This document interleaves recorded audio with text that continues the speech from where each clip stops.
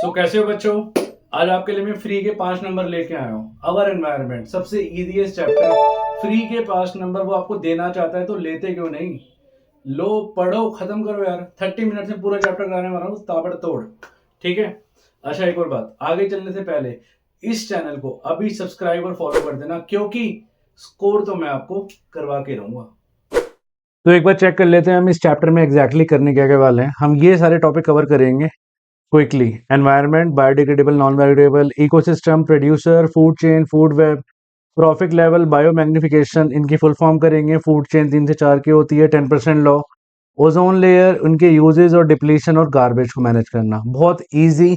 और एक मान लो फ्री के 5 मार्क्स है, आपके +5 मार्क्स फ्री में हो रहे हैं क्योंकि फ्री के मार्क्स है आपके। ये इतना सिंपल चैप्टर है।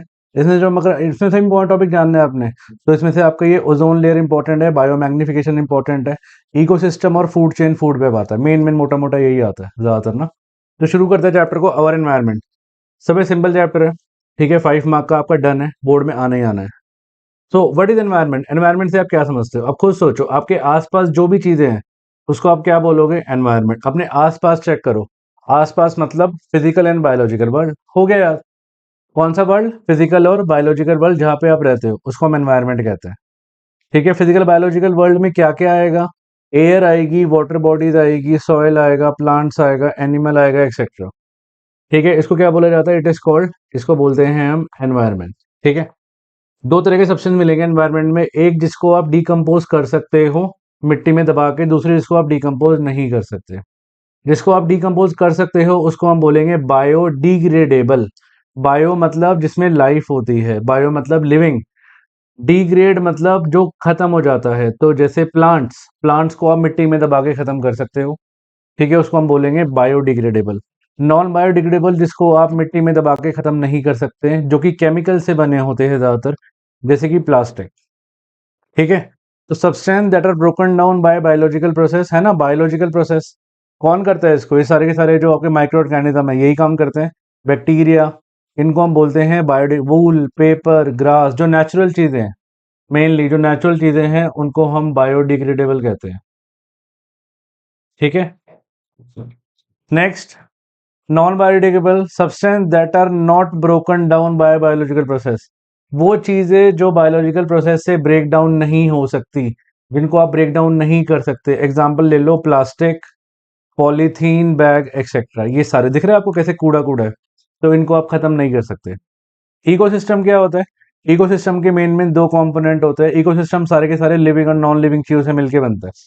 ठीक है। जैसे मान लो अगर एक रिवर की एग्जांपल लो, उसमें क्या है? फिशेज है, लिविंग है, वाटर है, नॉन लिविंग है। ठीक है। कैसा वाटर है उस पर भी डिपेंड करता है। वाटर अगर बेकार होगा तो क्या होगा? फिश मर भी सकती है। ठीक है। तो व्हाट इज इकोसिस्टम? जितने भी इंटरेक्टिंग ऑर्गेनिज्म है, लिविंग, इंटरेक्टिंग, लिविंग और नॉन लिविंग, मिलके इकोसिस्टम बनाता है। सिंपल। लिविंग और नॉन लिविंग क्या बनाता है? इकोसिस्टम बनाता है। फॉरेस्ट हो गया, पॉन्ड हो गया, ये सारे क्या होते हैं? इकोसिस्टम के एग्जाम्पल है। ठीक है। दो तरह के इकोसिस्टम पढ़ेंगे मेनली, मोटे मोटे।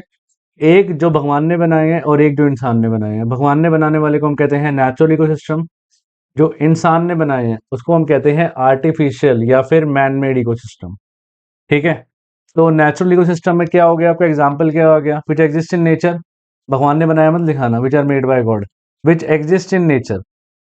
फॉरेस्ट, लेक, ये सारे क्या है? Natural ecosystem. आर्टिफिशियल हो गया जो इंसानों ने बनाया। आपके घरों के आसपास जो पार्क है, गार्डन है, ये सारे इंसानों ने बनाए। क्रॉप फील्ड, एक्वेरियम, गार्डन, ये सारे क्या है?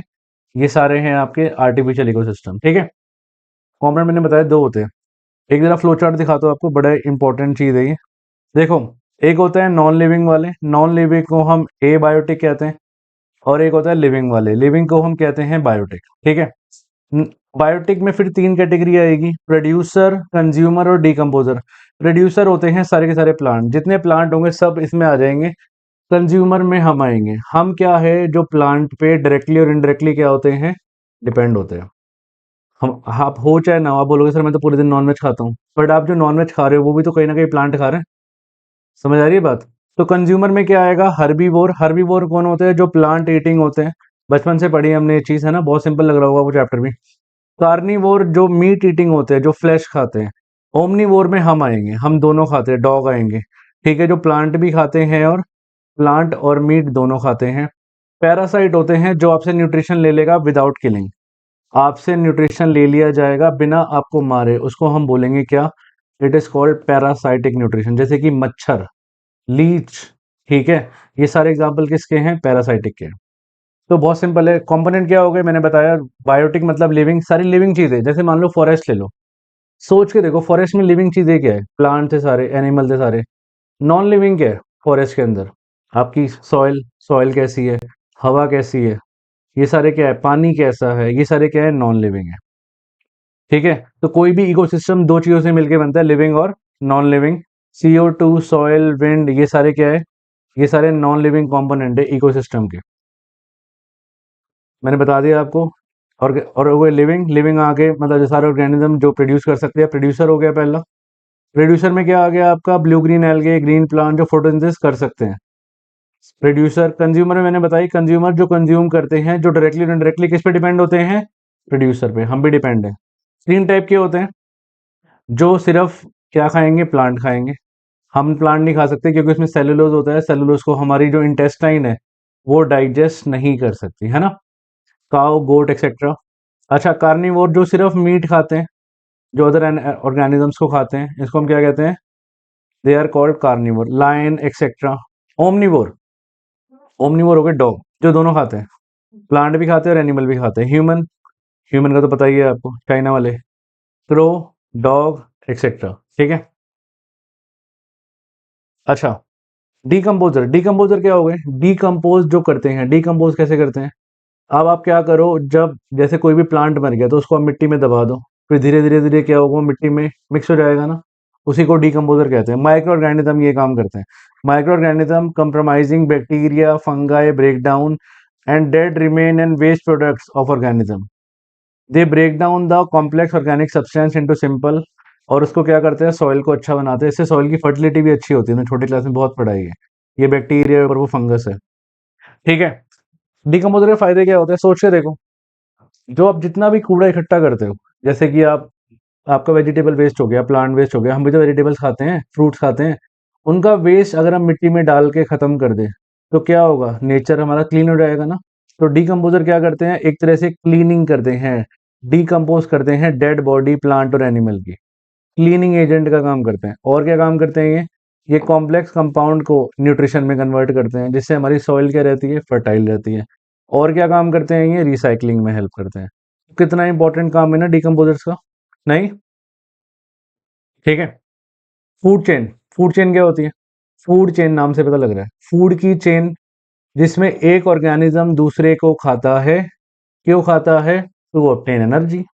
भाई क्यों खा रहा है? लायन जो है वो जानवरों को क्यों खा रहा है? उसका मन कर रहा है, जैसे पापा ने बोला है कि बेटा जा खा के आ। ऐसा तो कुछ नहीं है ना। तो टू ऑब्टेन, क्या? टू ऑब्टेन एनर्जी, इसलिए खा रहे हैं वो। तो what is food chain? The sequence of living organism जिसमें एक ऑर्गेनिज्म दूसरे को कंज्यूम करता है to transfer food energy, it is called, बोलेंगे इसको फूड चेन। प्लांट को कौन खाएगा? ग्रास ऑपर, ग्रास ऑपर खाएगा फ्रॉग, फ्रॉग को खाएगा स्नेक, स्नेक को खाएगा हॉक। ये एक तरह की फूड चेन है। वह सबसे बेस्ट ये वाली याद रखना, प्लांट, डियर और लायन वाली। प्लांट, डियर, लायन, खत्म, सिंपल सी फूड चेन है। आपको दिख रहा है डायग्राम में तीन फूड चेन दिखा रखी है, एक, दो और तीन। ये देखो, छोटी मछली हमेशा बड़ी मछली को खा, बड़ी मछली हमेशा छोटी मछली को खा जाती है ना? Food web, food web, web मतलब जाला। तो बहुत सारी फूड चेन जब मिल जाएगी आपस में और कनेक्ट हो जाएगी, इसको फूड वेब बोलेंगे। कितना सिंपल है ना? फूड वेब क्या होता है? A network of large number of food chain existing in an ecosystem, जो इंटरकनेक्टेड होती है। ये एग्जांपल याद कर लेना, एग्जाम में आ रखा है, ध्यान से देखो। प्लांट को ग्रास ऑपर, ग्रास ऑपर को फ्रॉग, फ्रॉग को स्नेक, स्नेक को ईगल, पहली फूड चेन। प्लांट को रैबिट, रैबिट को ईगल, दूसरी फूड चेन। प्लांट को माइस, माइस को ईगल, तीसरी फूड चेन। प्लांट को माइस, माइस को स्नेक, स्नेक को ईगल, चौथी फूड चेन। दिख रहा है आपको? ये चारों आपस में कनेक्टेड है ना, इसको फूड वेब बोला जाता है। जब फूड चेन आपस में कनेक्ट हो जाती है, क्योंकि प्लांट को सिर्फ ग्रास ऊपर ही थोड़ी ना खाएगा, माइस भी खा सकता है, रैबिट भी खा सकता है, डियर भी खा सकता है। तो ये हो गया सीक्वेंस। ठीक है। ट्रॉफिक लेवल, ट्रॉफिक लेवल क्या है? एक कुछ ऐसे लेवल है ना, देखो, जिसमें ट्रांसफर ऑफ एनर्जी होती है। जैसे मान लो अगर मैं ट्रायंगल बनाऊं, है ना, नहीं, ये हो गया पहला लेवल। प्रोड्यूसर कहते हैं पहले लेवल वाले को। दूसरा होता है प्राइमरी कंज्यूमर, तीसरा होता है सेकेंडरी कंज्यूमर और चौथा होता है टर्शरी कंज्यूमर। ठीक है, लेवल सबके निकलेंगे, लेकिन निकलेंगे उसके जो खड़ा रहेगा। नहीं तो ये खड़े हैं सारे चारों। प्रोड्यूसर में सारे प्लांट आ गए, ऑब्वियसली प्लांट आएंगे प्रोड्यूस। इस धरती पे अर्थ पे एनर्जी लाने वाले का मेन सोर्स कौन है? सन। और सन को कौन यूज कर सकता है? प्लांट। तो प्लांट से ही इस अर्थ पे एनर्जी आती है। हम माने या ना माने, आप पूरे दिन नॉनवेज खा लो, बट फिर भी आप प्लांट पे डिपेंडेंट हो। ठीक है, इस प्लांट को खाने वाले को मैं क्या बोलता हूँ? इसमें मैं बोलता हूँ हर्बीवोर, है ना। तो प्राइमरी कंज्यूमर में सारे हर्बीवोर आएंगे। सेकेंडरी में कौन आएंगे? इसको हम बोलेंगे कार्निवोर। कार्निवोर छोटे मोटे भी हो सकते हैं, है ना, जैसे कि फ्रॉग ले लो। अच्छा, टर्शरी में कौन आएंगे? लार्ज कार्निवोर, बड़े बड़े वाले, एनाकोंडा, है ना, लायन, टाइगर, ये सारे आएंगे लार्ज कार्निवोर। अच्छा, एक और बात, मान लो अगर ये सन है, ये सन है और ये प्लांट है, तो सन का सिर्फ 1% एनर्जी होता है जो प्लांट तक पहुंचता है, बाकी नहीं पहुंचती। 1% ही यूज कर पाता है। इसके बाद 10 10 10 10 का रूल चलता है, मतलब प्लांट को मान लो खाया, ठीक है, प्लांट डियर ले लो, बड़े सिंपल ले लो, और लायन ले लो, ठीक है। इसके बाद 10 10 10 चलेगा, मतलब प्लांट को खाया डियर ने, तो ये 10% एनर्जी इसके पास जाएगी। डियर को खाया लायन ने, सिर्फ 10% जाएगी। अब आपके दिमाग में क्वेश्चन आएगा, एग्जाम में भी आ रखा है कि 90% का क्या हुआ? 90% एनर्जी उसके लाइफ प्रोसेस में यूज हो गई। लाइफ प्रोसेस समझते हो ना? डाइजेशन, एक्सक्रीशन, ये सारे इनमें यूज हो गई। तो 10, इसको हम कहते हैं 10% लो, 10% लो। इसको देने वाले का नाम है रेमंड, याद रखना। रेमंड ब्रांड का नाम भी है ना, याद रहेगा ना, रेमंड से याद रखना। तो 10% लो। बट अबाउट 90%, 90% कहा जाती है उसके लाइफ प्रोसेस में, क्योंकि डियर अपने भी लाइफ प्रोसेस करेगा, एक्सक्रीशन करेगा, ग्रोथ होगी, ये सब में सिर्फ 10% बचती है। और यही वजह है, दिस इज द रीजन, कि हमारी जो फूड चेन होती है वो सिर्फ 3 से 4 लेवल की होती है। उसके बाद लेवल निकल ही नहीं पाते, है ना। लेवल तो सबके निकलेंगे, बट 3 से 4 के बाद लेवल नहीं निकलेंगे। ऐसे लाइन याद रख लो, आपको याद रहेगा।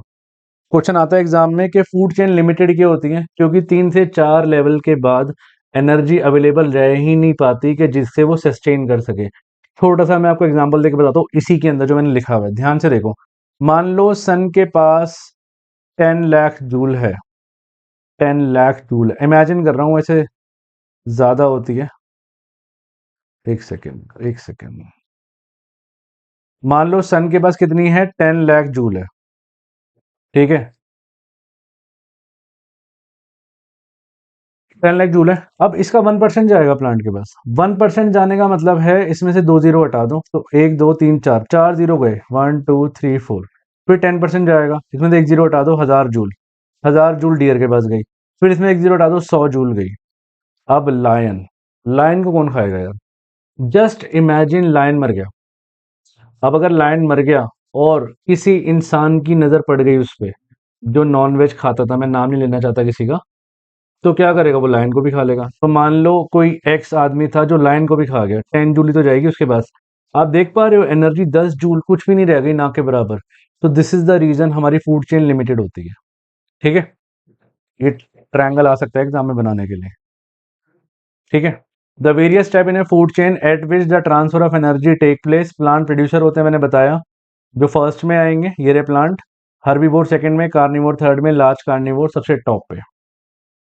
ठीक है, ये 1 किलो, 1 किलो कैल था, फिर ये 10। आप ऊपर दिख रहा है आपको? अच्छा, एक और बात, एनर्जी हमेशा नीचे से ऊपर जाएगी। ऐसा तो हो नहीं सकता प्लांट सबको खा जाए, it is not possible, right. How energy flows, मैंने बताया, एनर्जी हमेशा यूनिडायरेक्शनल जाती है, हमेशा नीचे से ऊपर जाएगी एनर्जी। दूसरा, ग्रीन प्लांट सिर्फ 1% एनर्जी होती है जो यूटिलाइज कर पाते हैं, उससे ज्यादा ग्रीन प्लांट यूटिलाइज नहीं कर पाते। ठीक है। तीसरा, एक 10% लॉ होता है, मैंने बता दिया, रेमंड नाम है इसका, रेमंड लिंडमैन, इसने 10% बोला था, 10% ही आगे जाएगी, अप्रॉक्स वैल्यू है ये भी। और जो रिमेनिंग 90% है, मैंने बताया ना, लाइफ प्रोसेस में यूज हो जाएगी। आगे, इसी वजह से मैंने बताया फूड चेन 3 से 4, ये क्वेश्चन बन चुका है अपना पेपर का जो आता है, 3 से 4 लेवल की होती है। अच्छा, एक और बात, अब ध्यान से चेक करो, मान लो अगर ये में ट्रॉफिक लेवल बना हुआ है अपने पास, ये देखो आपको दिख रहे हैं ये 1 2 3 4 नंबर, नंबरिंग डाल दी मैंने। आप मुझे बताओ सबसे ज्यादा केमिकल किसकी बॉडी में होंगे? सोच के बताओ। मैंने पीछे एग्जांपल लिया था, जो इंसान ने लायन को खाया था, सबसे ज्यादा केमिकल उसकी बॉडी में होंगे ना। तो जितना जितना लेवल बढ़ेगा, है ना, लेवल जैसे जैसे बढ़ते जाएंगे, लेवल निकलते जाएंगे, वैसे वैसे क्या होता चला जाएगा, इनकी बॉडी में केमिकल बढ़ता चला जाएगा। और इसी फिनोमिना को कहते हैं हम, मोस्ट इंपॉर्टेंट टॉपिक इस चैप्टर का, biological magnification. Star two star लगा लेना, 10 10 स्टार, ये तो आता ही है क्वेश्चन एग्जाम में, किसी ना किसी फॉर्म में जरूर आता है, ठीक है। तो मैक्सिमम कंसंट्रेशन क्या होगा, मैंने बताया आपको, एक सेकेंड यार, सब्र तो रख ले। मैक्सिमम कंसंट्रेशन क्या होगा, सबसे ज्यादा ह्यूमन बॉडी में आएगा, क्योंकि ह्यूमन ह्यूमन है ना, सबसे ऊपर बैठा होता है फूड चेन के। कोई भी फूड चेन में सबसे ऊपर ह्यूमन ही होगा, इंसान होगा सबसे ऊपर। Human occupy the top level किसी भी फूड चेन में, ठीक है। अब ये बीमारी धीरे धीरे धीरे चल के इस इंसान के पास आ जाएगी, फिर बोलेगा मुझे बीमारी हो गई। व्हाट इज बायोलॉजिकल मैग्निफिकेशन, मैंने बताया लेवल के बढ़ने से केमिकल का बढ़ता चले जाना, और केमिकल के बढ़ते चले जाने से क्या होना, जैसे केमिकल बढ़ते जाएंगे क्या होगा बॉडी के अंदर, धीरे धीरे टॉक्सिक सब्सटेंस बढ़ते जाएंगे। इसी फिनोमिना को कहते हैं हम बायोलॉजिकल मैग्निफिकेशन, इसको बायो मैग्निफिकेशन भी कहते हैं। Increase in the concentration of toxic substance like DDT chemical with each successive trophic level. जो कंसंट्रेशन है उन टॉक्सिक सब्सटेंस की वो हाईएस्ट होती है हाईएस्ट ट्रॉफिक लेवल पे, है ना, and it is known as bio magnification. Clear है। वाटर में एल्गी आया, एल्गी से eating insect, insect eating insect, insect eating fish, fish eating fish, इंसान ने फिश पकड़ी खा लिया, जो केमिकल था जो पानी से चला आ रहा है वो उसकी बॉडी में चला गया। अब वो कह रहे calculate the amount of energy, ये क्वेश्चन एग्जाम में कई बार आए हुए हैं। If sun has 20,000 joule of energy available, ठीक है, सन के पास 20,000 एनर्जी है, तो प्लांट के पास कितनी आएगी, 1%। 1% 2 जीरो हटा दो तो 200 जूल आ गया ये। फिर 10% 20 जूल, फिर 10% 2 जूल, लो, बेचारा लायन तो कितना भूखा ही रह गया, अगर सन के पास सिर्फ 20,000 है तो। समझ आ रही है बात। तो इसको हम कहते हैं 10%, वही हम कर चुके ऑलरेडी, ऐसे न्यूमेरिकल कई बार एग्जाम में आ जाता है, ये भी मैंने बता दिया आपको कि लिमिटेड क्या होता है, क्योंकि 3 से 4 लेवल के बाद एनर्जी अवेलेबल होती ही नहीं है कि उससे लाइफ सस्टेन हो सके, और यही वजह है ट्रॉफिक लेवल हमारे लिमिटेड होते हैं। ओजोन लेयर, हाँ ये बहुत इंपॉर्टेंट टॉपिक है, बायोमैग्निफिकेशन का ये बहुत इंपॉर्टेंट टॉपिक है जो एग्जाम में पूछता है। हमारा जो अर्थ है, हमारी अर्थ है, इस अर्थ के चारों तरफ है ना एक प्रोटेक्टिव लेयर बनी हुई है। ये प्रोटेक्टिव लेयर क्या करती है, जो सन की अल्ट्रावायलेट रेज होती है जिससे इंसान खत्म हो सकता है, ये अल्ट्रावायलेट रेज को आने नहीं देती, यहाँ से आती है और यहीं पे ये एब्जॉर्ब हो जाती है अल्ट्रावायलेट रेज, ठीक है। तो एक तरह से हम बचे हुए हैं ओजोन लेयर की वजह से, नहीं तो इंसान ही खत्म हो जाए दुनिया से। ओजोन लेयर बनती कैसे है, डोंट वरी, फ्री में बनती है, पैसे खर्च नहीं करने पड़ते, बट इंसान इसको भी नहीं बनने देता। मैं बताता हूँ कैसे, ध्यान से सुनना मेरी बात। मान लो हमारा जो ऑक्सीजन होता है जो हम इनहेल करते हैं, जिसको हम ऑक्सीजन गैस कहते हैं, इसको O2 बोला जाता है। जैसे ही ऊपर एटमॉस्फेयर के अंदर O2 पे अल्ट्रावायलेट रेस पड़ती है सन की, तो वो टूट जाता है। टूट गया मतलब O+O बन गया, ब्रेक हो गया ना। और ये जो सिंगल एटम बना ऑक्सीजन का, इट इज वेरी रिएक्टिव, ये बहुत ज़्यादा रिएक्टिव होता है। और ये O जो है वो O2 के साथ मिलके O3 बनाना शुरू कर देता है, जिसको मैं ओजोन नाम देता हूँ। इस तरह से बनती है, O2 पे अल्ट्रावायलेट रेस पड़ी, O+O बना, पेपर में एक्सप्लेन करके ये बनाया ना, बाय गॉड टीचर को मजा आ जाएगा, बोलेगा बाय गॉड क्या पढ़ता है बंदा। इसी को कहते हैं फुल मार्क्स लाना। ठीक है, एक्सप्लेन तो कर दोगे आप, मुझे पता है, बट इसको बनाया होगा ना, टीचर को मजा आ जाएगा। तो O2 के साथ O मिला तो O3 आ गया, तो हमारी ओजोन बनने लग गई। बट इंसान इतना वो है बाय गॉड, तब भी इसको बनने नहीं देता, क्यों।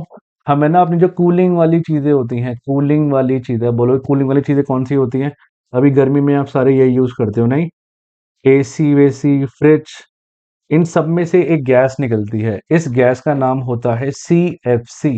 CFC बोले तो क्लोरो फ्लोरो कार्बन। क्लोरोफ्लोरोकार्बन एक ऐसी गैस है, हार्मफुल गैस, जो इस ओजोन से, मतलब जैसे O3 है, अगर CFC में मिलेगा तो इसको डिस्ट्रॉय कर देती है, वो खत्म कर देगी, डिस्ट्रॉय। और डिस्ट्रॉय होने की वजह से क्या होगा, हमारी ओजोन लेयर खत्म हो जाएगी, और ओजोन लेयर खत्म होगी तो क्या होगा, बस फिर इंसान खत्म। पहली बार 1985 में देखा गया था ऐसा, इसको हम ओजोन होल बोलते हैं अंटार्कटिका में। ठीक है, अभी हम आगे पढ़ेंगे धीरे धीरे, क्लियर है यहाँ तक। अच्छा, अगर ओजोन अर्थ तक आ गई तो क्या होगा, हमें स्किन कैंसर हो सकता है, स्किन पे लगेगी ना, अगर स्किन कैंसर हो सकता है, उसको आप सीधा देखो अल्ट्रावायलेट आंखों में पड़ गई तो आपको कैटरैक्ट भी हो सकता है, आपका इम्यून सिस्टम खत्म करती है, मतलब अगर मैं शॉर्ट में बोलूँ तो इंसान को ही खत्म कर देगी जहां पे अगर ये ओजोन लेयर आ गई। क्लियर है? तो ये है आपकी ozone layer, this is and how does it form. ठीक है, एक बार पढ़ लेते हैं कैसे बनती है ये। O2 is made up of two atoms of oxygen. It is essential for life. Ozone is made up of three atoms of oxygen. It is poisonous in nature. अच्छा, अर्थ पे पॉइजनस होती है वो, तभी अर्थ के अंदर नहीं आ पाती, अर्थ के चारों तरफ ही रहती है। अगर मैं आपसे समझाऊं एग्जैक्टली किस स्फीयर में रहती है, देखो, और ये हमारी अर्थ है, ऊपर ट्रोपोस्फेयर है, ट्रोपोस्फेयर में ओजोन लेयर मिलेगी आपको। ठीक है, ये रही। फिर स्ट्रेटोस्फेयर आता है, फिर आगे मीजोस्फेयर जहाँ पे सैटेलाइट वेटेलाइट सारी घूम रही होती हैं। एक्सोस्फेयर के बाद फिर तो हमारी अर्थ के ऊपर की एटमॉस्फेयर ही खत्म हो जाती है।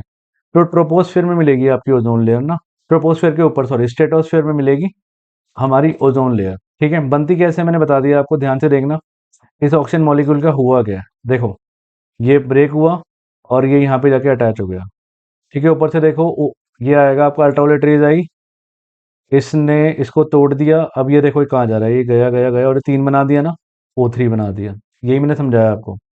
O2 गैस पे जैसे अल्ट्रावायलेट रेज पड़ती है तो क्या होता है, फ्री एटम कंबाइन करके ओजोन बनाना शुरू कर देते हैं। ठीक है, फायदे क्या है मैंने बताया, प्रोटेक्टिव शील्ड का काम करती है।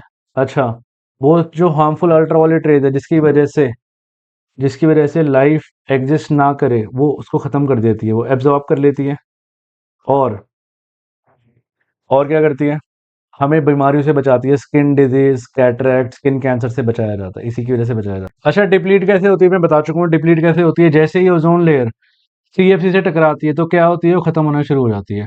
और अगर वो खत्म हो जाएगी तो सारी की सारी जो अल्ट्रावायलेट रेज है सन की, वो हम तक पहुंच जाएगी। और क्या होगा, हमें स्किन कैंसर, डिजीज, ये सारी बीमारियां हो जाएगी। Decrease in the thickness of ozone layer सबसे पहले देखा गया था 1985 के अंदर, ओजोन होल कहते हैं इसको। जैसे जैसे वो कम होती चली गई थी। अच्छा, क्यों होती है कम, क्योंकि फ्रिज में से, एसी में से, फायर एक्सटिंग्विशर में से CFC नाम की गैस निकलती है। और जैसे ही वो गैस टकराती है, ऊपर जाके दिख रहा है आपको, दिख रहा है ये ओजोन होल क्रिएट कर रही है यहाँ पे, ओजोन होल क्रिएट कर देती है। देखो 1979 में देखो, 80 में देखो, 81 में, 82 में, 83 में, 84 में, ज्यादा ओजोन होल कितना बड़ा हो गया। यहाँ से रेस सारी की सारी अर्थ तक पहुंच रही थी। और धीरे धीरे इन इंसानों को जहाँ बीमारी हो रही थी, इनको धीरे धीरे नई नई बीमारियां पैदा हो गई थी, स्किन की, इम्यूनिटी की। ठीक है, यूएनईपी ने क्या करा, यूएनईपी ने सब देशों को बोला, सब कंट्रीज को, कि भाई आज से हम क्या करेंगे, CFC प्रोडक्शन को बंद कर देंगे। हमें एसी वेसी के बिना तो हम रह ही नहीं सकते, बट हम कोई एक सेफ प्रोसीजर लेके आएंगे। ठीक है, यूएनईपी ने सब देशों ने मिलकर क्या खाई, एक एग्रीमेंट साइन करा 1986 के अंदर। इसको हम कहते हैं क्योटो प्रोटोकॉल, कि हम CFC प्रोडक्शन को खत्म कर देंगे आज के बाद। CFC प्रोड्यूस ही नहीं करेंगे, CFC से हमारे अर्थ खत्म हो सकती है हमारी। ठीक है, इसको हम कहते हैं क्योटो प्रोटोकॉल। लास्ट टॉपिक है आपका गार्बेज वाला। गार्बेज को आप कैसे मैनेज करते हो, पॉइंट नंबर 1, बायोगैस। बायो का मतलब होता है जो नेचुरल चीजों से गैस निकलती है। नेचुरल चीजें क्या हो गई, आपका वेजिटेबल वेस्ट हो गया, आपका प्लांट वेस्ट हो गया, आपका एनिमल वेस्ट हो गया। ठीक है, आपका फ्रूट वाला, वेजिटेबल, इन सबको मिला के इसमें डाल दिया जाता है चेम्बर से में। और कुछ टाइम बाद इसमें से एक गैस निकलती है जिसमें 75% मिथेन होता है। ठीक है, अब 75% मिथेन आप इस तरह से इमेजिन कर लो, जो आपके घरों में एलपीजी है ना, एक तरह से फ्री का एलपीजी मिल गया आपको। बट ये शहरों में नहीं होता, सिटीज में कम होता है, गाँव में ज़्यादा होता है, क्योंकि वहाँ पे फ्रेश चीज़ें, नेचुरल चीज़ें ज़्यादा मिलती है। हमारी सिटीज में क्या होता है, शहरों में ज़्यादातर मिलावटी चीज़ें आती है, पता भी नहीं चलता। ठीक है, अच्छा, इतनी सारी गैस निकली इन वेस्ट से, और इस वेस्ट को फिर हम डाल देंगे सॉइल के अंदर, फिर सॉइल भी फर्टाइल हो जाएगी। तो दो दो फायदे हो गए ना, गैस की गैस मिल गई, सॉइल की सॉइल फर्टाइल हो गई। तो पहला हो गया आपका बायोगैस प्लांट। दूसरा हो गया सीवेज ट्रीटमेंट प्लांट। आपके घरों पे जो पानी आता है, वो पानी रिवर से उठाया जाता है और वापस जब छोड़ा जाता है तो भी रिवर में ही छोड़ा जाता है ना। तो इसके बीच का जो प्रोसेस है, जिसमें वो पूरा का पूरा पानी साफ होता है, ये रहा देखो, इसको हम कहते हैं सीवेज ट्रीटमेंट प्लांट। पानी को साफ करने वाले प्लांट को, जो हमारे इंडिया में, दिल्ली में स्पेशली मैं करूँ, यमुना से पानी आता है हमारे, तो साफ होके आता है, तो उसको सीवेज ट्रीटमेंट प्लांट के थ्रू आता है। ठीक है, दूसरा तरीका हो गया गार्बेज को। तीसरा हो गया आपका लैंड फिलिंग। लैंड फिलिंग ज्यादातर वहां यूज होता है जहाँ पे लो लाइंग एरिया होता है। ध्यान से चेक करो ये एरिया, ये देखो, यहाँ पे ऐसे गैप सा था, या फिर कई रोड होती है ना, ऐसी ऐसी सी होती है, ऐसे होता है, डिप्रेशन सा होता है। तो यहाँ पे आप है ना नॉन बायोडिग्रेडेबल वेस्ट ही भर सकते हो, प्लास्टिक प्लास्टिक, क्योंकि उसमें उसके बुलडोजर चला दो और पूरा फ्लैट रोड बन जाएगा हमारा। तो land filling, the waste are buried in low lying area, they are compacted by rolling bulldozer. Bulldozer चला दोगे तो क्या होगा, बिल्कुल प्लेन रोड बन जाएगा, और हमें ऐसा लगेगा कि रोड बन चुकी है, और हमारा वेस्ट भी यूज हो गया है ना। तो तीसरा तरीका। चौथा तरीका हो गया आपका कंपोस्टिंग, ये हमने 9th क्लास में पढ़ा था। कंपोस्टिंग क्या होता है? ऑर्गेनिक वेस्ट, नेचुरल वेस्ट जो होता है, vegetable waste, cow dung, cake, इन सबको पिट में डाला जाता है और उसको एक पे लेयर ऑफ सॉइल डाल दी जाती है। ऑलमोस्ट 3 महीने के बाद किस में कन्वर्ट हो जाता है ये? कम मैन्योर में कन्वर्ट हो जाता है। तो आपके दो फायदे हो गए। क्या? एक फायदा हो गया कि आपका वेस्ट भी खत्म हो गया, और दूसरा सॉइल भी फर्टाइल हो गई, क्योंकि आपको मैन्योर मिल गया, खाद मिल गया। नेक्स्ट आपको बताइए रिसाइकलिंग, चीज़ों को रिसाइकिल कर लो, फेंको मत। प्लास्टिक की बोतल आप ऐसे ही फेंक देते हो, सिंगल यूज प्लास्टिक को, आप एक काम करो, उसमें पौधे ग्रो कर लो, प्लांट्स ग्रो कर लो। अगला है रीयूज, चीज़ों को हम फिर से यूज कर सकते हैं। जैसे कि अगर मैं न्यूज़पेपर की बात करूं, आप इसको एनवलप की तरह यूज कर सकते हो, है ना, पढ़ के फेंक नहीं सकते। Next is incineration. इंसिनरेशन का मतलब होता है रिड्यूस टू एशेस। भाई आप कूड़ा ही तो है, आप उसको जला के खत्म कर दो। बट ये है ना, वो कंट्रीज में नहीं होगा जहाँ पे आपका एयर क्वालिटी इंडेक्स ज़्यादा होगा। जैसे कि इंडिया में कई शहरों में, कई सिटीज़ में क्या होता है, AQI बहुत ज़्यादा होता है ना, दिल्ली में बहुत ज़्यादा है, 400-500 पहुंचा होता है, तो वहाँ पे आप नहीं कर सकते। ये ज़्यादातर उन कंट्रीज में यूज होता है जहाँ पे आपका एयर क्वालिटी इंडेक्स कम रहता है। ठीक है। इंसिनेशन मतलब कूड़ा ही तो है, कूड़े को जला दो, खत्म कर दो, हो गया खत्म। ठीक है। तो ये सारे तरीके थे गार्बेज को मैनेज करने के।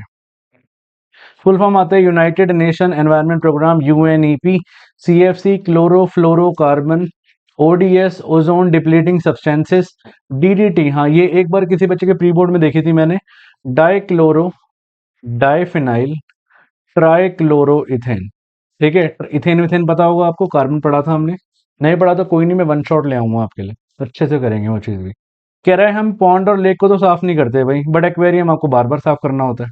अगर आपने कभी एक्वेरियम देखा है तो आपको ये बात पता होगी, अगर आप साफ नहीं करोगे तो मछलियां मर जाएगी। क्योंकि पॉन्ड और लेक में नेचुरल डीकम्पोजर मिलते हैं जो चीज़ों को डीकम्पोज कर रहे होते हैं। अगर मैं एक्वेरियम की बात करूँ, अगर आप इसको साफ नहीं करोगे तो डीकम्पोजर तो है ही नहीं इसके अंदर, तो क्या होगा, वेस्ट इकट्ठा होता चला जाएगा, फिशेस के आसपास और वो मरना शुरू कर देगी। तो यही वजह है, क्योंकि वहाँ पे क्या नहीं होते, वहाँ पे डीकम्पोजर नहीं होते। ये नेचुरल इकोसिस्टम है। हाँ जी। अब हमारा चैप्टर होता है खत्म। ठीक है। ये मार्केट में हमारी बुक अवेलेबल है A1 स्टडीज के नाम से, साइंस की। इसमें मैंने सब चैप्टर्स को एक कॉम्पैक्ट स्ट्रक्चर में डाला हुआ है। जितने भी चैप्टर पढ़ाने वाला हूँ सारे के सारे नोट्स फॉर्मेट में आपको दे रखे हैं मैंने। ठीक है। इसको आप फ्लिपकार्ट से ऑर्डर कर सकते हो, ये इसका QR कोड है। अच्छा, तो हमारा चैप्टर खत्म होता है। इस वीडियो को ज़रा अच्छे से शेयर कर देना, बिकॉज शेयरिंग इज केयरिंग। आप भी पढ़ो, अपने दोस्तों को भी पढ़ाओ, और फुल मार्क्स लेके आओ। ठीक है। और एक और बात, अगर फुल मार्क्स आएंगे तो मुझे टैग करना मत भूलना। ठीक है। नेक्स्ट वीडियो में मिलते हैं नेक्स्ट वन शॉट के साथ।